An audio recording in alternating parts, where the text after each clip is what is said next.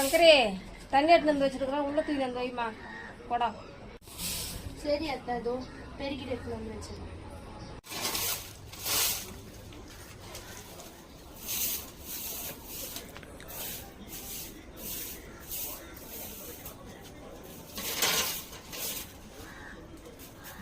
எங்கடி போற?